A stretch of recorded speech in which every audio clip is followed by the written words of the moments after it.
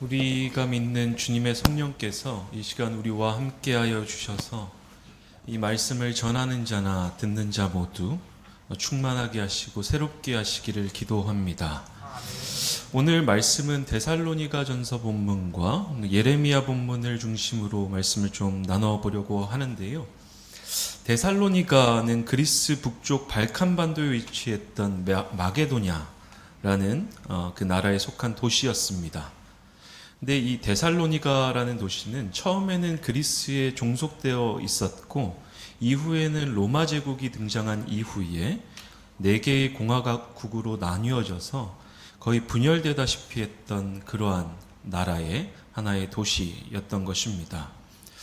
이러한 마게도냐에 복음이 전파된 것은 주님의 십자가와 부활 사건이 있었던 한 20년쯤 안쪽으로 봅니다. 그러니까 우리가 대략 그 기원 전과 기원 후를 가르는 시점에 예수님께서 출생하셨고 예수님께서 공생의 기간을 한 33년 정도, 그러니까 30살부터 시작해서 33살 정도에 마치셨던 것으로 보니까 대략 데살로니가에 복음이 전파됐던 것은 한 50년쯤 전후로 보시면 되는 겁니다. 우리는 이 기록을 잘 알고 있는데 사도행전 16장 9절에서 10절의 기록을 보면 이렇게 기록되어 있습니다. 밤에 환상이 바울에게 보이니 마게도냐 사람 하나가 서서 그에게 청하여 가로되 마게도냐로 건너와서 우리를 도우라. 이 부르심을 따라서 바울과 동역자들이 빌립보를 거쳐서 데살로니가에 이르게 됩니다. 그때 복음을 증거했고 교회가 설립되었다라는 것입니다. 그 당시 데살로니가에는 상당한 규모의 유대인 공동체가 있었는데 바울과 동역자들이 이곳에 가서 성경을 강해하고 고난당하는 메시아에 대한 예언과 성취가 이루어졌다. 그러니까 구약 시대부터 메시아가 올 거다, 메시아가 올 거다. 계속해서 증언되고 있었고 예언되고 있었는데 이 예언이 비로소 예수님에 의해서 성취가 되었다라는 걸 바울과 동역자들이 이 데살로니가에 가서 유대인 공동체를 향해서 그 말씀을 선포했던 것이죠. 그때 적지 않은 수의 사람들이 사도행전 17장이 증언하듯이 그리스도인이 되었습니다. 유대인들은 이것이 상당히 못마땅했던 거죠. 그래서 바울과 동료들을 잡아서 시청 관원들에게 넘기려고 했습니다. 그러나 바울과 동역자들은 피신했기 때문에 잡히지는 않았고 대신 그들을 영접했던 야손과 그리스도인 몇 사람이 관청에 잡혀 들어갑니다. 그러니까 잘 보시면 바울과 동역자들이 데살로니가로 가서 말씀을 선포하고 구약에 예언되었던 그 메시아가 예수 그리스도다라는 사실을 선포하니까 거기에 있었던 유대 사람들이 믿고 그리스도인이 된 거예요. 그런데 유대인들이 그곳에 있었던 유대인들이 그것에 대해서 상당히 불만족스러우니까 바울과 동역자들을 잡으려고 했던 거죠. 관청을 통해서. 그러한 상황에서 바울과 동역자들은 도망을 칩니다. 근데 누가 잡혀 들어갔던 거죠? 데살로니가에서 그 복음을 들었던, 어떻게 보면 이제 막 그리스도인이 됐던 사람들이 잡혀 들어갔던 겁니다. 어떤 느낌인가 하면 제가 삼획교회에 부임해서 3월 달부터 예수 그리스도에 대해서 선포를 했는데 뭔가 이단이다 라고 하니까, 혹은 저 가르침이 잘못되었다 라고 이단 쪽에서 이야기를 하니까 제가 한 4월이나 5월쯤에 도피를 한 거예요. 느낌이 어떠시겠어요? 그런데 문제는 제가 잡혀 들어가면 괜찮은데 저 말고 이제 교우님들 중에 한두 분이 잡혀 들어간 거죠. 데살로니가 교인들의 관점에서 보면 이게 뭔가 싶었을 겁니다. 그리고 우리가 들었던 그 복음이 맞는 것인가? 라는 충격에 휩싸였을 수도 있을 겁니다. 우리가 데살로니가 교회의 개척으로부터 두 가지를 기억할 필요가 있는데, 첫 번째는 데살로니가 교회 교인들이 바울과 동역자들로부터 목회적 돌봄을 오래 지속적으로 받지 못했다는 사실, 이게 첫 번째이고, 두 번째는 신앙의 지도자 없이 지금 잡혀 들어가지 않았던 그리스도인들은 끊임없이 유대인들과 로마의 관청의 관원들로부터 핍박을 받고 있었다는 사실인 것입니다. 당시 로마 제국 곳곳에 흩어진 유대인 공동체 사이에서 그 공유되고 있었던 메시아 신앙이 하나가 있었는데, 메시아가 와서 우리를 이 로마 제국의 압제로부터 해방시켜 주실 것이다 라는 그 믿음입니다. 그렇다 보니까 로마 제국 곳곳에서 폭동이 일어나고 있었던 거예요. 유대인들을 중심으로. 왜? 그러한 메시아 신앙을 가지고 있었으니까.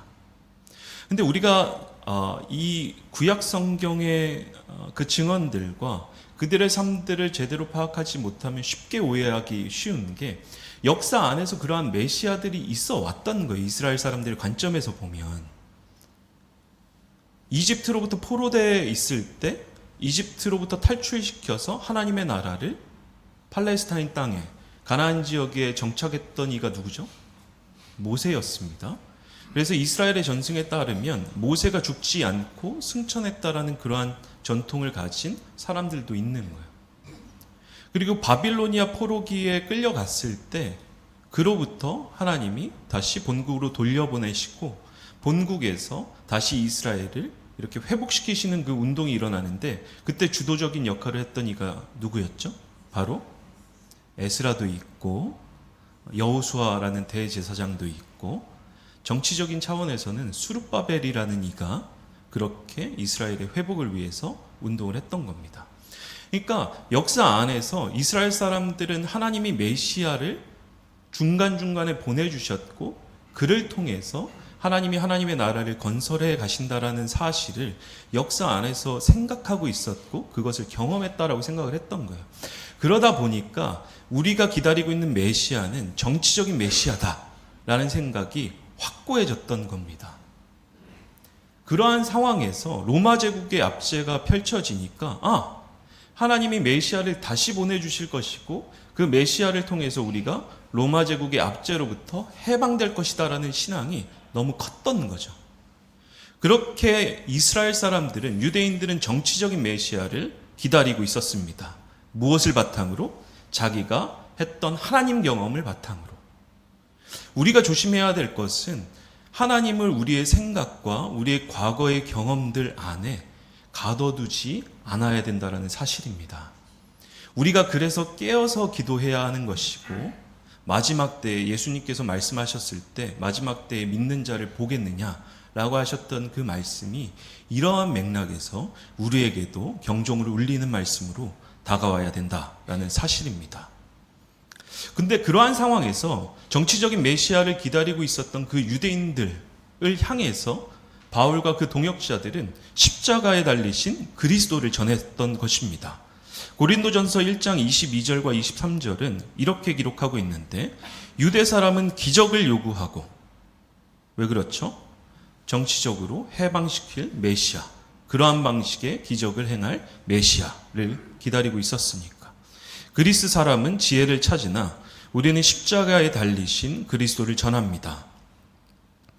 그리스도가 십자가에 달리셨다는 것은 유대 사람에게는 거리끼는 것이고, 이방 사람에게는 어리석은 일입니다. 로마 제국은 바울이 그리스도 메시아를 선포하니까 폭동을 준비하고 있는 것은 아닐까 예의주시하고 있었던 것입니다.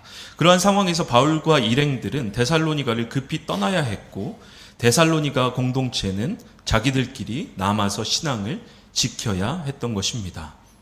그들은 신앙의 지도자 없이 자신들끼리 신앙을 지키고 훈련해야 했습니다. 우리가 읽은 데살로니가 본문의 앞부분은 이를 잘 보여주는데 3장 4절입니다.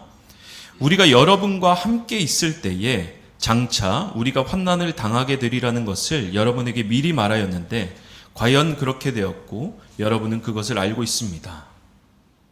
바울은 어떻게 보면 자신들이 실현해야 되는 사명을 따라서 움직이긴 했지만 교인들을 놓고서 움직이는 것이 늘상 마음에 걸렸던 거예요.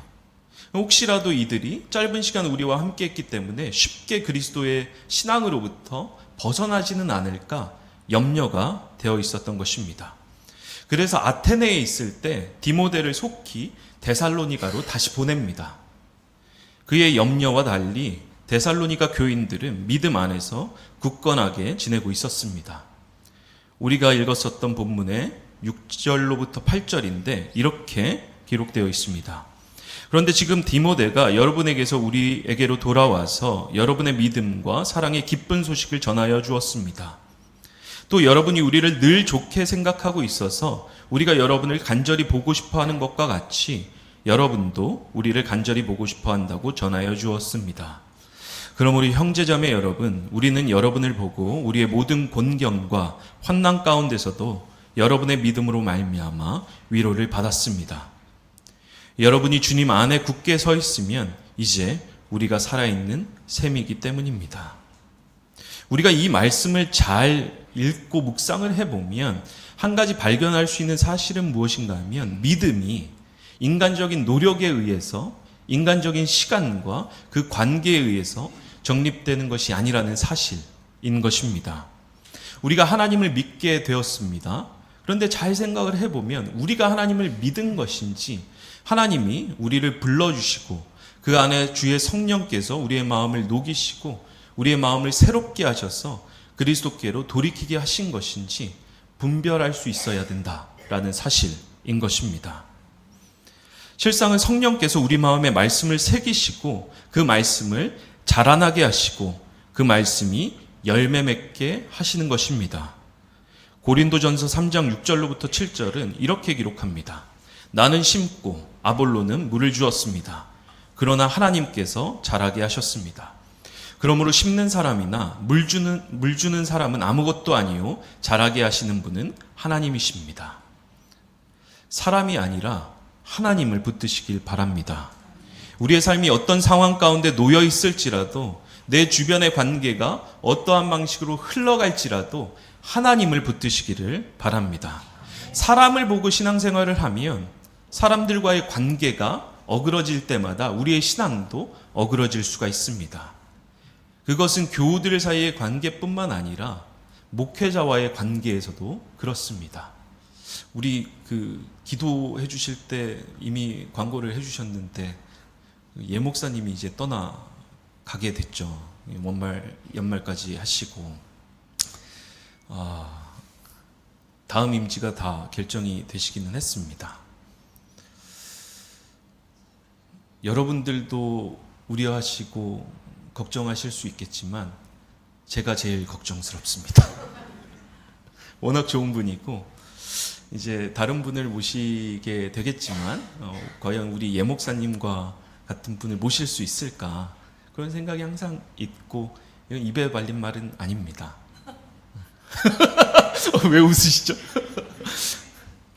그러니까 우리가 이제 구조상 그렇잖아요. 참 아쉽게도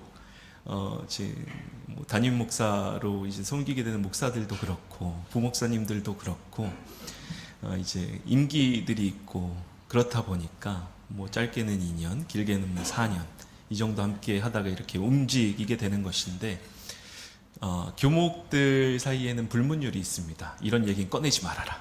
좋지 않다. 근데 개인적인 생각에는 꺼낼 필요가 있다고 생각을 해서 말씀을 드리는 겁니다. 왜 그렇습니까?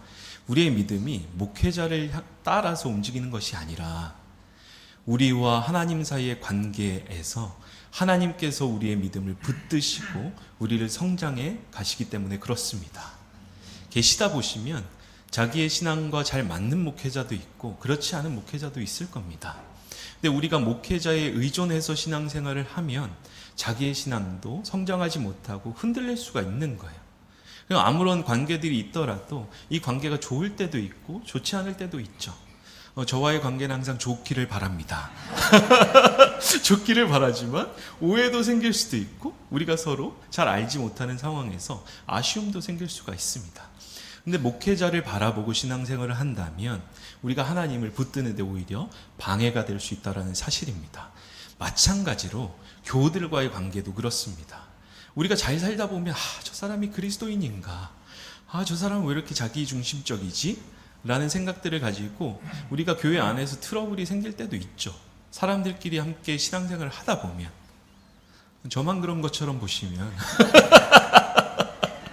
근데 그때에도 우리가 사람들을 바라보는 것이 아니라 하나님을 바라봐야 된다는 사실입니다. 고린도 교회에도 아볼로파도 있었고 바울파도 있었고 심지어는 예수파도 있었던 거예요. 왜 그렇습니까? 사람들을 보고 자기끼리 맞는 사람들끼리 끼리끼리 모여서 신앙생활을 하다 보니까 그런 파들이 형성이 됐던 거죠. 근데 오늘 바울은 고린도전서 말씀을 통해서 뭐라고 말씀을 하십니까? 나는 심고 아볼로는 물을 주었습니다. 그런데 신앙 안에서 자라나게 하신 분은 하나님이십니다.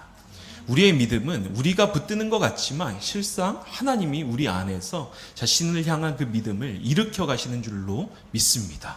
믿으시길 바랍니다. 하나님을 붙들고 사는 사람들은 내 주변에 어떤 일들이 일어날지라도 흔들리지 않습니다. 말씀 안에서 기도를 통해 하나님을 붙들고 있기 때문에 그렇습니다. 시편 1편은 그 부분을 잘 알고 있었기 때문에 복 있는 사람과 악인을 비교하면서 이렇게 이야기합니다.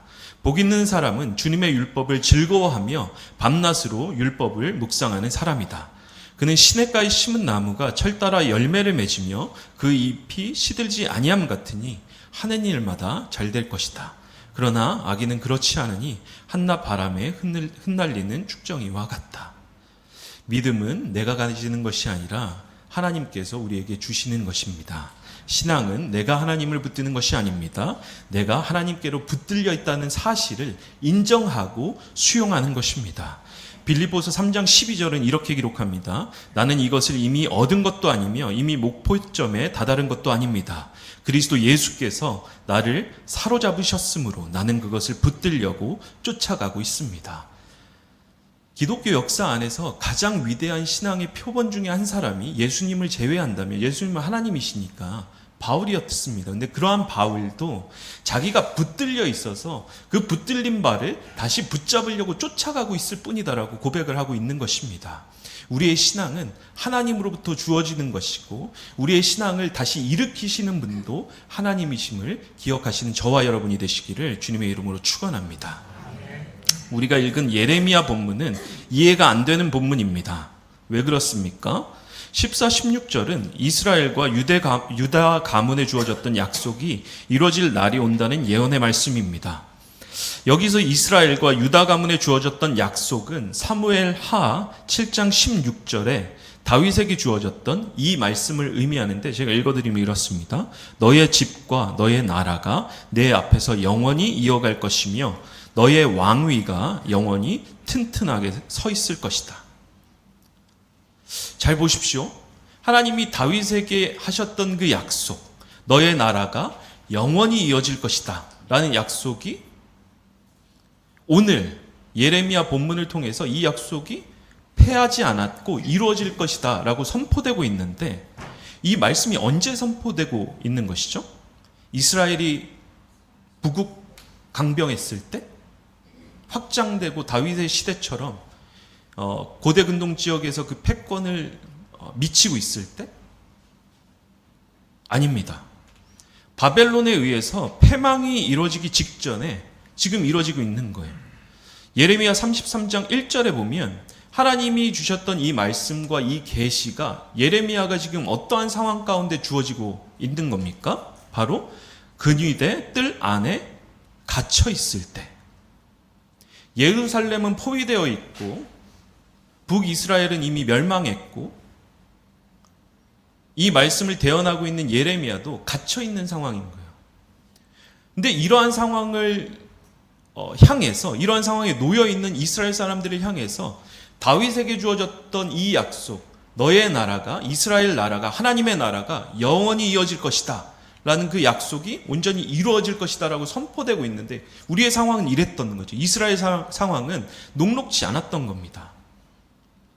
믿음은 아이러니한 것입니다. 주변의 상황이 전혀 그렇지 않은데 하나님은 동떨어진 이야기를 하실 때가 있는 거예요. 18세기 말에 영국은 노예무역이 경제와 사회의 중심에 있었습니다. 우리가 잘 알듯이 아프리카로부터 사람들을 끌고 와서 노예로 팔고 그를 통해서 강력한 부를 축적하고 있었던 거죠. 근데 그러한 상황 가운데서 영국의 정치인이었던 윌리엄 윌버포스는 하나님으로부터 기도하고 말씀을 묵상하는 가운데 이 노예제가 잘못된 것이다라는 것을 알기 시작합니다. 그리고 이 노예제도가 폐지될 것이다라는 약속도 받았던 거예요. 그런데 그가 처한 현실은 녹록지 않았습니다. 그의 동료 정치인들은 그의 생각을 비웃었고 노예무역을 지지하는 세력은 윌버포스를 강력하게 반대했습니다. 질병으로 고통당했고 자신의 운동이 너무나 더디게 진행되는 것을 보며 깊이 낙담하기도 했습니다. 그럴 때마다 하나님은 이 윌버포스에게 미가서 6장 8절을 묵상하게 하셨던 거예요. 이렇게 기록됩니다. 너 사람아, 무엇이 착한 일인지를 주님께서 이미 말씀하셨다. 주님께서 너에게 요구하시는 것이 무엇인지도 이미 말씀하셨다. 오로지 공의를 실천하며 인자를 사랑하며 겸손히 내 하나님과 함께 행하는 것이 아니냐. 윌버포스는 좌절될 때마다 이 말씀을 붙들고 하나님께서 하셨던 그 약속이 온전히 이루어질 사실에 대해서 받아들이면서 끊임없이 그 말씀에 비추어서 노예제 폐지 운동을 벌였던 겁니다. 그렇게 오랜 시간 노력한 끝에 1807년에 노예 무역 폐지법이 의회를 통과했고 33년에는 노예제 자체가 영국 안에서 폐지되었던 것을 경험했습니다. 믿음으로 산다는 것은 하나님이 우리에게 주신 약속을 우리 삶에, 마음에 새기고 이 약속이 이루어질 때까지, 하나님의 때가 이를 때까지 기다리고 인내하며 사는 것입니다. 하나님은 초자연적으로 갑자기 나타나셔서 하나님 당신이 약속하셨던 것을 이루어가시는 분이 아니신 거예요. 그렇게 역사하실 때도 분명히 있지만 하나님은 하나님의 사람들을 통해서 역사하시고 그를 통해서 하나님의 나라를 이 땅 가운데 우리를 동역자로 부르셔서 그렇게 당신의 뜻을 이루어 가시기 때문에 때로는 시간이 걸리기도 하고 때로는 우리가 모욕과 그러한 시기와 질투들을 감내해야 되는 그러한 시간들도 보내야 되는 것입니다. 그렇게 하나님의 사람들은 믿음으로 살았던 것입니다. 이 믿음은 하나님께서 주셨던 그 약속을 어떠한 상황 가운데 있든지 붙들고 하나님께서 반드시 이 일을 이루어 주실 것이다. 우리의 개인적인 삶에서 우리의 공동체를 통해서 우리가 속한 나라와 민족 가운데 하나님의 나라가 온전히 실현될 것을 우리에게 약속하셨다면 그것을 붙들고 끊임없이 노력하는 하나님의 사람들을 통해서 그 나라를 이루어 가실 줄 믿습니다. 이 인내와 기다림은 우리의 기대와 달리 일들이 진행될 때 비로소 빛나게 됩니다. 다윗에게 주어졌던 그 약속, 다윗 왕조가 영원히 서리라. 그 약속은 바벨론으로 인한 패망과 포로기, 이후 로마 제국에 의한 지배 시기를 거치면서 베들레헴에서 태어난 우리 예수님을 통해서 이루어집니다. 사람들은 그러한 방식으로 하나님이 역사하실 것을 알지 못했던 거예요. 왜 그렇죠? 깨어서 기도하지 않았기 때문에. 그럼에도 불구하고 이스라엘 가운데서는 안나와 같은 여자 선지자 그리고 하나님의 사람들을 깨워주셔서 기도하는 사람들을 통해서는 하나님의 뜻을 분별할 수 있는 지혜와 은총도 허락해 주셨습니다. 그래서 우리는 말씀과 기도를 붙들어야 될 줄로 믿습니다. 왜 그렇습니까? 믿음이 하나님으로부터 오는 것이고 하나님의 약속도 하나님께서 이루어가고 계시기 때문에 그렇습니다. 우리가 깨어서 기도하지 않으면 하나님의 말씀을 제대로 이해할 수 없고 하나님의 말씀 없이 기도하면 우리는 분별하지 못하고 허망한 길로 다른 가르침으로 휩쓸릴 수도 있기 때문에 그렇습니다. 말씀이신 성자를 붙드시고 기도 가운데 우리를 만나주시는 성령님을 붙드시는 저와 여러분이 되시기를 축원합니다. 인간적인 관점에서 다윗의 왕가는 패망한 왕조였습니다. 하나님의 약속은 인간적인 관점에서는 이루어지지 않았다고 생각했을 것입니다. 그런데 하나님은 우리의 생각과 전혀 다른 방식으로 당신의 약속을 이루셨고 이루어가고 계십니다. 그 약속과 성취는 우리가 예상치 못한 영광과 평안, 영원한 생명으로 이끌어 가실 것입니다. 하나님의 뜻에 민감하게 반응하고 하나님의 뜻을 깊이 통찰하고 하나님을 붙드시는 저와 여러분이 되시기를 주님의 이름으로 축원하면서 이 말씀을 붙들고 함께 기도하시기를 바랍니다.